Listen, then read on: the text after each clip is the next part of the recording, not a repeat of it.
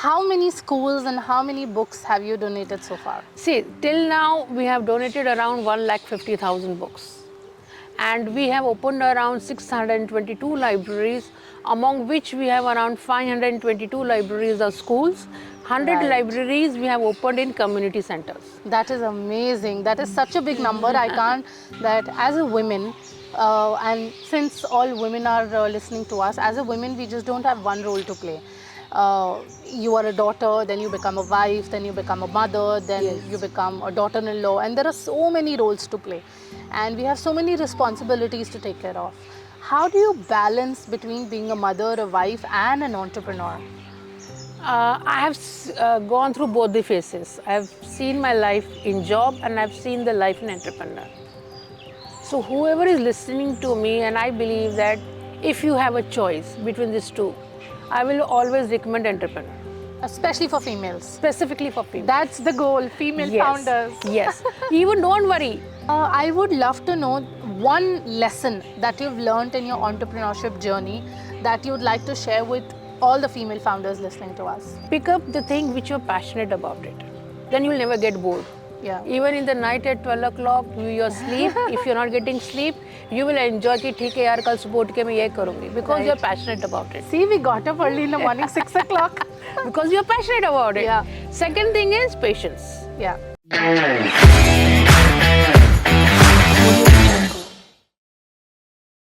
Hello, everyone, and welcome back to another episode of the Female Founders Podcast.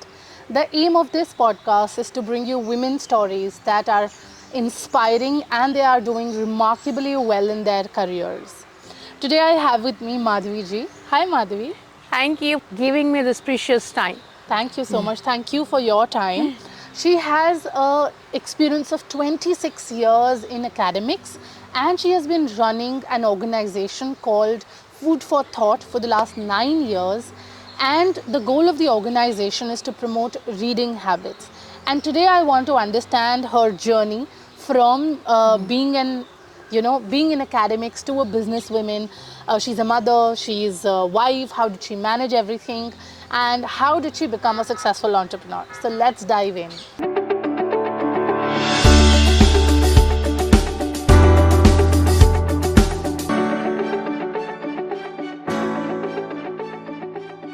Hi and welcome to the show. Thank you. Please. Okay, so the first question that I mostly start with is that why did you choose to be an entrepreneur? See, the journey is not so instant. So I spent nearly around 17 years in academics. And after working for so long in academics, you're naturally passionate and fascinated with the same field. Right, But somewhere I was finding that something is missing in myself. right, Because there are so many things which you want to do it, but you cannot do it because there are a lot of restrictions when you're working for somebody. right, So now the time has come where you feel that I want to do which I'm not able to do it there. right, exactly. And that came the journey where I felt, I have to start something of my own and do all the things which I'm not able to do there. Right. So for you, entrepreneurship was a freedom of choice of making decisions. Yes. So that you are able to add value and make an impact in the society according to your own rules. Right. Right, right. So before we get to your entrepreneurship journey, tell me a little bit about your professional journey. You worked for so long. What was that one lesson you learned in your professional life that helped you in your entrepreneurship? One lesson which I really learned is that you should be passionate. Yeah, Whether you're doing a job or whether it's your personal relationship or whether it's you're being an entrepreneur, as long as you're not passionate about that thing, you would not be able to give 100% in that. 100%. It is said that if you're doing what you love, Yes. you don't get tired. You love doing it. Like we're doing this podcast early in the morning, is because we love to share Yes. women's stories. True. Okay. So when did you start Food for Thought? Which year? Yeah, I started this at 2015. Okay. So that was the first time when we thought, let us come down, and I have two more co-founders with me. Okay. So we all three decided, let us do something for the society. So Right. since being in the academics for so many years, so we were all, and all our founders are passionate about reading. Right. So we all in a house and we do have our libraries. Right. So we thought ki why we are not, if we see the youth which we have today, now the biggest challenge is we have to nurture them. Right. If you don't nurture them, then the next level which is going to come down, it will be very difficult for us to take care of our nature or about our country. Right. The easiest way is that to educate them through books. Right. Right. If we give them books, if we make them understand, there are so many dropouts in the schools after 10th, after 12th, because there are a number of reasons. But if they are passionate about reading, the thought process won't stop. Right, 100%. If you give them education, Yes. you've educated an entire family. Yes, yes. I would love to know, because I know this story, that is why I'm asking. I would love to know that how did you take the decision of joining this venture? Yes. We heard this story yesterday. If you would like to share that. Okay, so since I was doing my job, but one of my founders is my own elder brother. So we have a very close bonds, my brother and sister. So during weekly calls, you know, you are a little bit depressed. And he was saying, why are you so depressed nowadays? I said, I don't know, I'm not happy with my profile. So I'm planning to do something different, but I don't know what to do. So I'm just Yeah. in thought process. So one fine day he called up and said, yaar, I was thinking since a long time and I started this Food for Thought Foundation, but since I'm in a complete into HR consultant, so I don't get time. Why don't you come? If you're not happy with your job, why don't you join this and take this over as a Right. full-fledged? I said, then it was a casual talk, so we left it out. I don't know, and then it literally clicked me. So I said, yes. Next day morning, I went down. I said to my boss, I've been planning to move down because I want to start this. It's been a long time. So then I just called up my brother and said, yes, let's go now. Let's roll it full. I've resigned and come back. I wanted to, I wanted you to share this story because I wanted to ask you a question. Where did you get the strength Yes. to quit your job in just one conversation? Yes. And why I'm asking this is because, I know. for someone who has been earning Yes. for so long, Right. been working so long, Yes. immediately from a job to a business has a lot of implications, Yes. especially on the financials. Yes. So where did the strength come from to take this decision? The first thing, it's not an easy task for specifically any lady when you're working for such a long time. Right, right. Because now, not financially, you are stable. Financially, you're used to that money coming down to your home. Right. And then you'll have to think twice because it is not an easy journey. You're not even going to get 10% of what you have earned so far. Exactly. So now, if that financially doesn't come down, how much it is going to impact your house? Right. So some way, it's very important your partner has to be with you. 100%. So as long as, so that is where we had a huge discussions with my partner. And I said, I'm planning to do this. Right. Until the meantime, my kid has grown up. She was already in class 11th. So for her, it doesn't matter. She was very Right. happy. You do something of your own. बहुत भागली है. You run morning 6:30. You don't come at 8 o'clock. So this is something where you'll be doing of your own. Right. So once your partner says, yes, please go ahead, and it is not going to make any difference. It is just you want to do it, and he knew that I'm going to do something or else till I die. I cannot sit Right. idle at home. Right. So he was very happy because he said, even if you start now, so it will go on till the time you want to do it. So you Right. don't have to worry that after 10 years, if I reach 60 years, then what am I going to do again? Because you have already established your own, and you have that liberty, how much you want to bring up or how much you want to give a pause.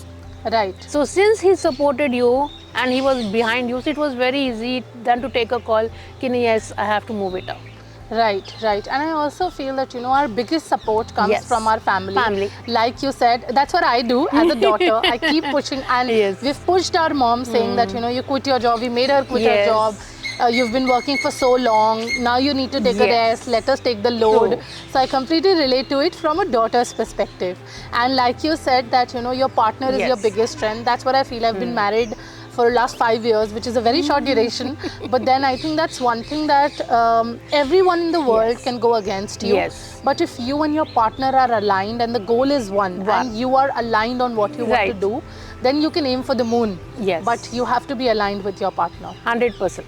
Yeah, and I love that, you shared that, and I'm on the same page, and Yes. I'm on that journey, so I'm Yes. sure And I I would would. also like to share one thing. See, since there are many ladies who wish to become an entrepreneur, see, even if in the first decision your partner doesn't says yes, that doesn't mean that he's not saying no. Yes, Be patient, because you will have to make him understand.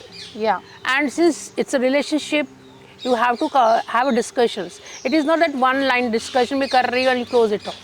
right, If you have number of discussions, tell him why you want to do it, what is the benefit of you starting now, how it will help you out in a later.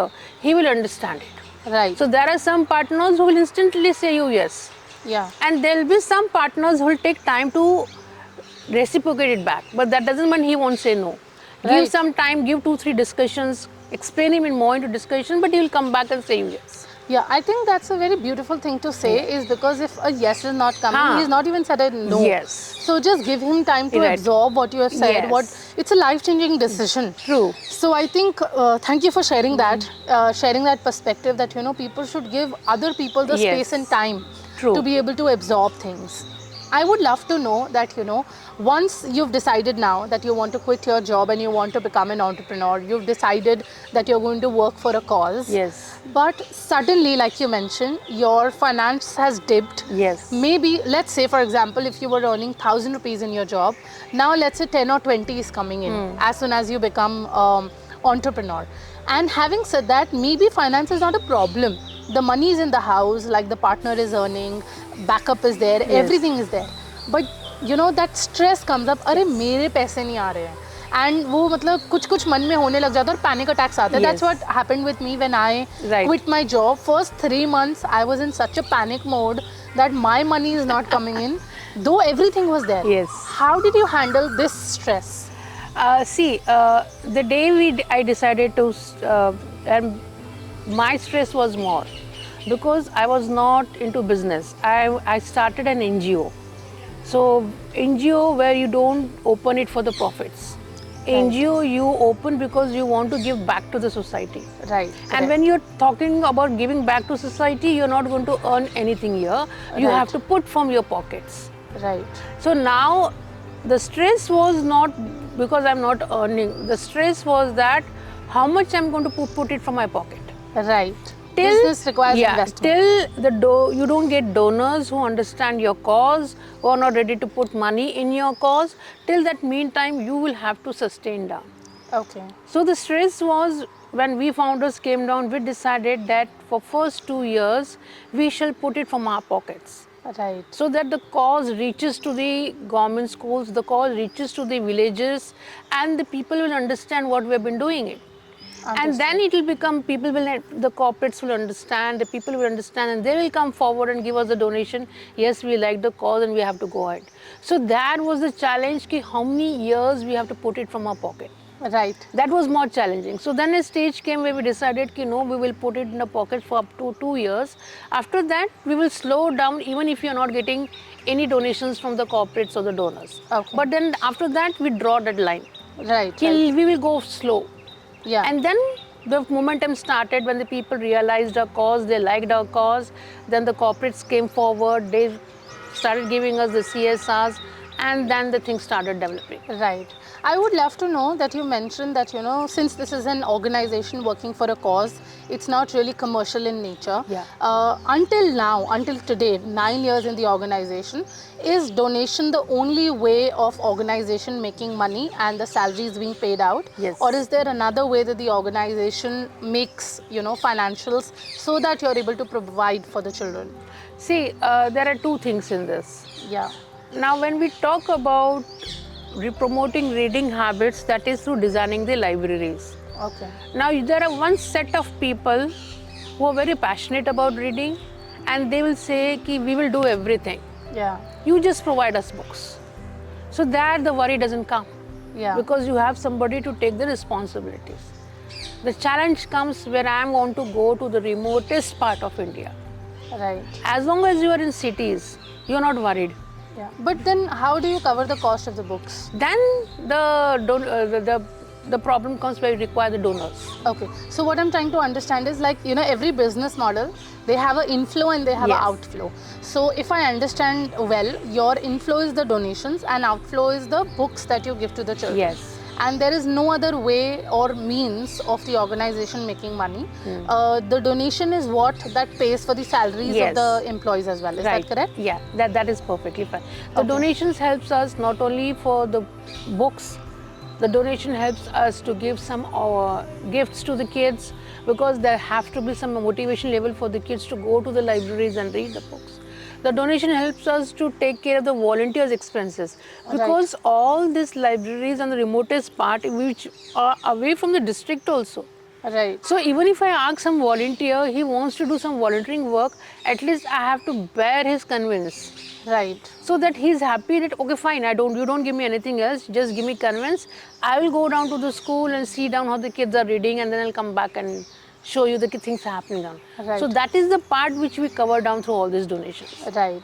I would love to know, how did you come up with the name Food for Thought? Because it's a Yes. very unique name, self-explanatory, and I love the name absolutely. So how did you come up with that name? Okay, so what happened now, we were just planning, we were having a brainstorming, what name should we keep? Now why do we have food? Because to keep ourselves healthy. Yeah. And the NGO is dealing with the books. Right.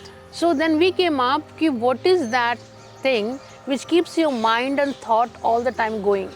That Yeah. is the books. Yeah. So food for thought. So for thought, what are the food you have to eat? That is the books. So if you keep reading books, your thoughts won't die.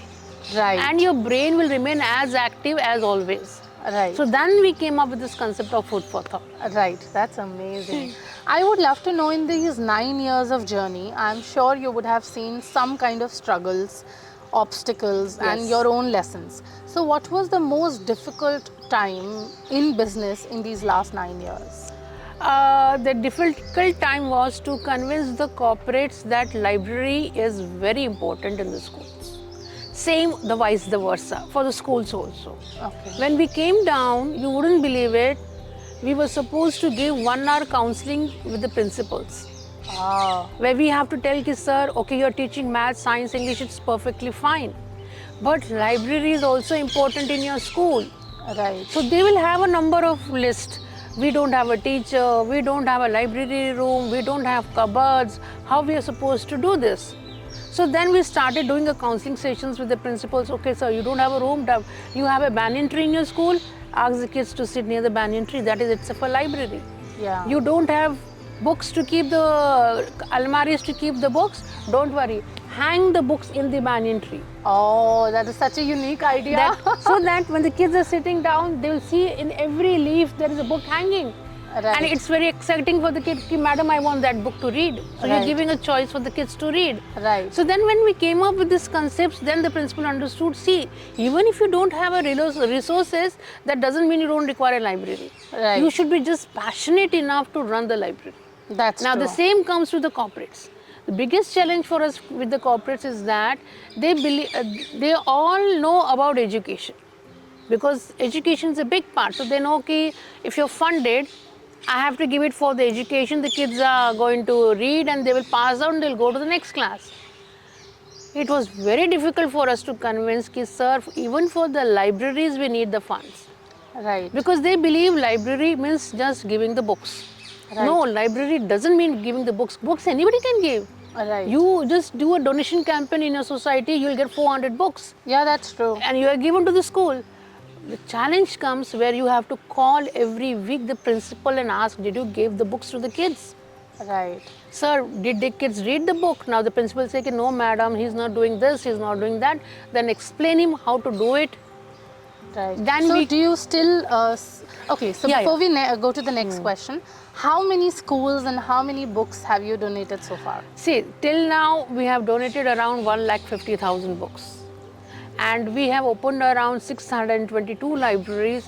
among which we have around 522 libraries or schools.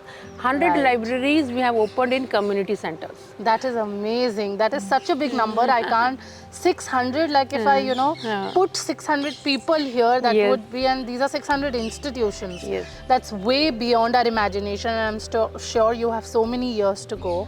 What I wanted to ask was, like, you've set up in 622 institutions, Yes. and like you said that you call up the principal. So is there a mechanism to follow up with these 622 people every week? Yeah. Do you do that? Yeah, we have a design an app. So once the library is opened, we give a training program to the principal ki how you are supposed to use the app. So in which they have to record us the data, because for every student we have given a member ID, and the books which goes to the school, they have a book ID. So the principal doesn't have to do anything. He just opens the app. Already the book IDs are inside it. Already the member ID is inside it. He just has to click the class. As soon as he clicks the class, he will say, for example, Madhvi. So he'll type Madhvi, the member ID will come of Madhvi. He will just click it. What book I'm reading, on that book is that. Oh. Either he can scan it or he'll just type it, the book ID will come, he'll say yes, submit. Okay. Now the data entirely comes to us. Oh, okay. Tell me something now. They're using this app and they are constantly updating about the books of the children. Is there a kind of a membership that these schools have with you, or an agreement or a contract? Because, or have you taken the responsibility of the school until the school exists? Yeah. Because that's a huge responsibility. So we sign an MOU before giving the library. The MOU is for 3 years. Okay. So we say that for 3 years we will continue with this library. After 3 years, the choice is there of the principal whether he wishes to continue or doesn't wishes to continue. The same comes the vice versa with us. If we feel that the books are getting lost, the principal is not responding to you in spite of giving him continuously the calls, and that report is coming us on monthly basis. And when we evaluate it out, and if you see that this in the entire year, he just responded 3 times. So Right. then the alarm starts that something is wrong with the Red school. flags. So then somebody will go down to that school and check out what is the wrong. And when we go down and we see that all the books are lost. Right. So if that is the case, then we close down that library. We don't give again back the books, because that means the principal is not passionate, interested to run the school library. So then we go to the waiting list. We have more than 650 schools as on today in waiting list for the libraries. So instead of giving back another 250 books to that person, wasting the money, we will pick up from that 650 schools. Yeah, people who are eager to... Who are eager and who are waiting for the libraries for so Right. long. Right. So at least let us give to them who are passionate about running that library. Right. So does a school pay a subscription fee for running the library, No, or are this there is any... completely free of cost. Even the courier cost is borne by us. Oh, that is so amazing. So all Nothing. they have to do is Yes. just consume the knowledge. Yes, And if they are not able to do that, Yes. then I think it's their loss. And Yes. as a school, it is a major responsibility on them, is because kids really Yes. need to develop the habit of reading books. And they enjoy it. What I Yeah. try to tell to the principals, don't worry, you don't have a librarian, because in government schools, very less, they don't have librarians. You don't require a librarian. Why you require a librarian? You just have to display the books either on the mat, or you hang them on the tree, hang them on the rope, and leave it to the kids. Let them decide what they want to read, which genre they want to read. You are just making a teacher sit down, let her do her work for the discipline point of view, so the kids don't fight for that book. Right. And then again you can keep it back. Right. I have a very, interesting question coming to my mind, because I'm sure such people exist. In your relationship with these 622 schools, I'm sure there must have been a principal or a school that might have, if I may use the word, disrespected you or spoken to you arrogantly, or might have not, recognized the kind of efforts that you're putting into this, because you're completely offering them everything free of cost. And sometimes when it is free, people don't realize the value. Is there an experience where a principal did not treat you well, and if you could share that experience? No, that is the best part of academics. Oh, And that is what I love about the academics. See, principal will never disrespect you, because he is principal. If he Right. disrespects, what he is going to teach the kids? yeah. Or maybe some teacher sometime. Anytime, whether it be a teacher or a principal, we have to understand they are going through a lot of challenges. Right. It is not so easy for them also to run a school with 2 teachers. Right. There are schools which are running with one teachers. Right. Now you just imagine if there are only 2 teachers and the school is running from class 1st to 5th. She's jumping from one class to other class, writing on the board different subjects. Right. The principal is on tension because doesn't have the resources. Right. So sitting here, and you have to be sometimes in their shoes also. Right. To understand what they are going through. So I very politely say to the principal, I understand your position because I've been into academics for 17 years. Right. My only worry is that if you couldn't run, don't lose the books. Right. I'm not angry or I'm not disappointed.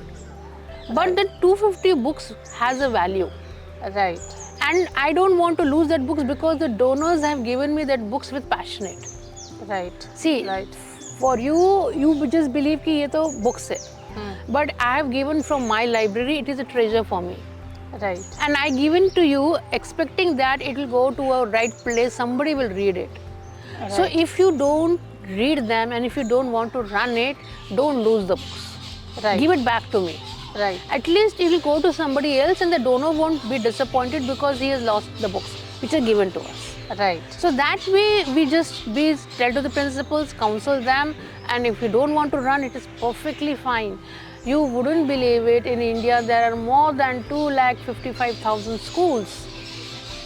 We are just doing not even 1% of that. Right. Right. So I am never worried or never tense कि यार ये school ने मना कर दिया, ये school नहीं कर रहा है. It's perfectly fine. दे दो मेरे को बस. Right. I'll give it to somebody else who's asking me, but I'm not able to provide to them. Right. So that way we just manage the things. Right. I would also want to ask you that, since you were talking about the teacher, how they, jump from one class to another, and that brings me a question that as a woman, and since all women are listening to us, as a woman, we just don't have one role to play. You are a daughter, then you become a wife, then you become a mother, then Yes. you become a daughter-in-law, and there are so many roles to play. And we have so many responsibilities to take care of. How do you balance between being a mother, a wife, and an entrepreneur? I have gone through both the phases. I've seen my life in job and I've seen the life in entrepreneur. So whoever is listening to me, and I believe that if you have a choice between these two, I will always recommend entrepreneur, Especially for females. specifically for females. That's the goal, female founders. Yes. Even don't worry, even if it is small. Don't worry, even if it is just giving you 500 rupees per month. Trust me, the time, the efforts which you're going to put in that, in 5 years down line, you will reap the fruits. Right. And the best part is that with that, you'll be able to manage your family too. Right. Now the other part, the problem is that we will reap the fruits very fast Right. because there is nothing else. Everything is pinned up. You have to do checklist this, you have to do check. You're going to get money like anything. But the challenge there is you're not able to manage the other part. In job, the family right? suffers. In job. Yes, in job. Yeah. Because you have targets. Being an entrepreneur, it is you who have to hold it. How much you want to go up or where you have to stop, because that is in your hand. Right. And I think that also means Yes. that if you have, if you have set target of the moon, Yes. and then if your family is not aligned with it, Yes. so then again there will be a problem. Yes. But like you said, that if you choose entrepreneurship as a female founder, you decide how higher do you want to Yes. go, and where does your family fit in. Yes. Like, does it fit in like this, or is True. there a disparity? Yes. So entrepreneurship also helps, but you need to define the lines of how well do you want your family to fit in, and what does your family want. Yes. Yeah. I would love to know one lesson that you've learned in your entrepreneurship journey that you'd like to share with all the female founders listening to us. The one lesson is that if you want to start any entrepreneurship, you should have 2 qualities. Pick up the thing which you're passionate about it. Then you'll never get bored. Yeah. Even in the night at 12 o'clock, you're asleep. If you're not getting sleep, you will enjoy कि ठीक है यार कल सुबह उठ के मैं ये करूँगी, because Right. you're passionate about it. See, we got up early in the morning, 6 o'clock. Because you're passionate about it. Yeah. Second thing is patience. Yeah. See, entrepreneurship is not that आपने you know, you just got a job letter, agle din gaye and you were dressed up, you know, went to the office and within 30 days you get your salary check, you enjoy it. ऐसा नहीं होता. Entrepreneurship, because यहाँ पे everything you are doing it your own. Yeah. You are setting your vision, you are setting your mission, you are drawing that line, and you have to gradually, like a ladder, step by step, because it's your own. Right. That somebody has already drawn, you are just following that. Here you have to draw first. Right. But then you will enjoy that because it is something yours. It is just like simple thing in simple words. आपने बाहर से दाल मखानी मंगा ली, plate पे रख के खा लिया. It was very easy. But you went to the kitchen, You made the dal you made makhani. it, then you brought it to the dining table, your family and you ate it, and the entire family members appreciated it. अरे यार कितनी tasty बना है. So simple, that is the difference. लेकिन Right. मेहनत आपको करनी पड़ी किचन में. But when you came back to the dining table, you were satisfied. Right. And that happiness was there. वो happiness आपको रेडीमेड ला के खाने में आपको इतनी happiness नहीं मिली. Right. Right. That's So so that true. is the difference. That's all. That's So so passion true. and patience, you should be there. That's so true. So I'd love to ask you that, you know, since you're working for such a nice cause and you're giving back to the society, if everyone who's listening to us would like to contribute to your cause, what is the best way to make a contribution to Food for Thought? See, there are two ways. We will request everybody to please come forward and give us the donations so that we can go down and reach more number of schools and help down number of schools. So for that, you can go to our website, that is www.foodforthoughtfoundation.org. We have our mail IDs, we have our telephone numbers, we have also given a Paytm, GPay, net banking account numbers, everything. If you have still any query, you can put up a mail to Madhvi at Food for Thought Foundation. You will get the replies for that. We will call you in person. And once you solve all your queries, then you can come back and give us whatever is your contribution. Yeah. Thank you so much. Thank you so much for your time. Thank you for inviting me, and it was lovely talking to you. Thank you so much for sharing your story and giving that strength to all the aspiring female founders. Yes. Thank you so much. Thank you.